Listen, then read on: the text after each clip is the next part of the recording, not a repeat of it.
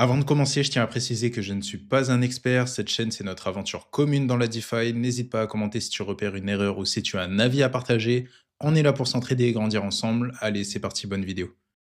Bonjour à tous. Aujourd'hui, on va aborder un sujet crucial que vous avez choisi sur mon canal Telegram. On va voir comment transformer vos investissements DeFi en un véritable business durable. Restez bien jusqu'à la fin car je vais vous partager un exemple concret d'objectifs et de stratégies que vous pourrez copier. Bon, on va pas se mentir, beaucoup arrivent dans la crypto avec l'espoir de devenir millionnaire du jour au lendemain, mais cette mentalité de spéculation rapide mène souvent à des décisions risquées et peu durables. Ma vision de la crypto est assez différente. Je vois la DeFi comme un business à long terme et je vais vous montrer pourquoi. Dans la DeFi, il existe plusieurs sources de revenus, mais mon business se concentre principalement sur ces trois axes.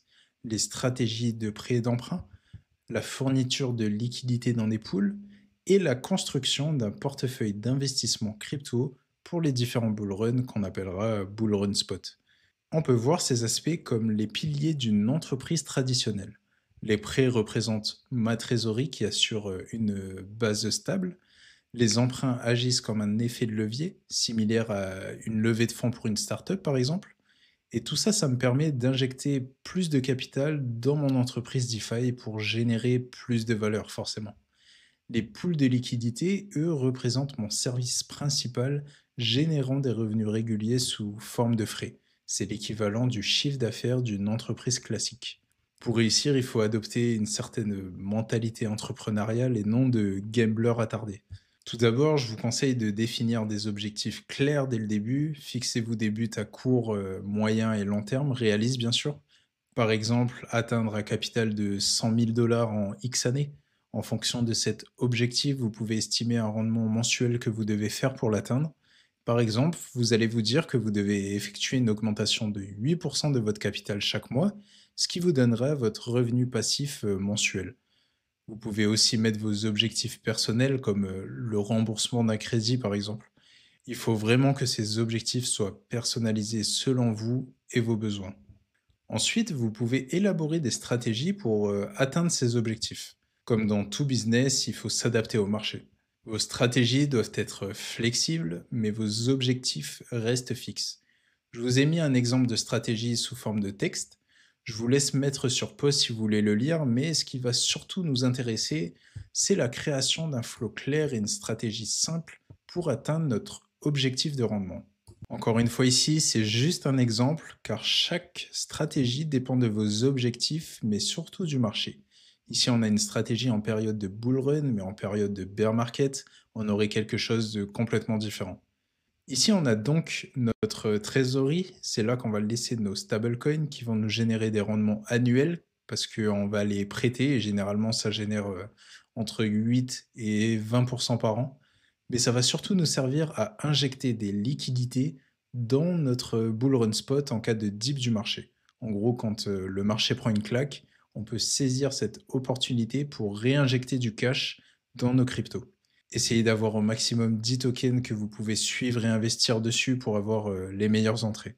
On peut aussi se servir de cette trésorerie pour prendre des profits, se rémunérer ou régler des dettes du monde réel comme un crédit. Et enfin, le plus important, c'est qu'on peut utiliser cette trésorerie pour prêter des cryptos sur lesquels on croit au long terme comme ETH ou BTC par exemple.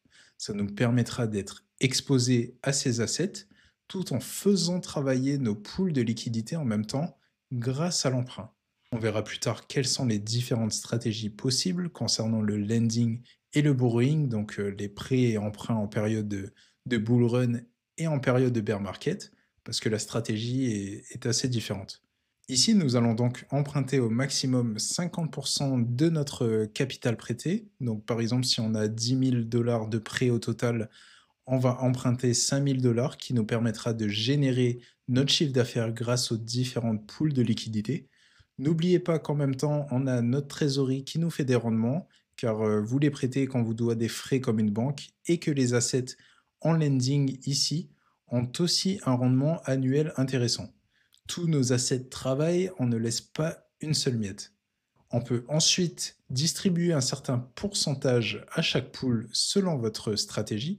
Ici, on a quelque chose de peu risqué hein, avec des blue chips, 2 positions dans des pools avec des ranges très serrés et 4 positions dans des pools avec un range plus ou moins large. Les frais que vont générer ces pools-là vont donc permettre de constituer et de remplir ma trésorerie ici et la boucle est bouclée. Bien sûr, encore une fois, il y a énormément de stratégies. Ceci est un exemple. Vous pourriez vous servir d'une pool, par exemple celle-ci, pour rembourser cet emprunt, ou encore la réinjecter dans la même pool pour générer des intérêts composés et donc gagner encore plus de frais sur celle-ci. Le tout étant de personnaliser votre stratégie selon vos besoins.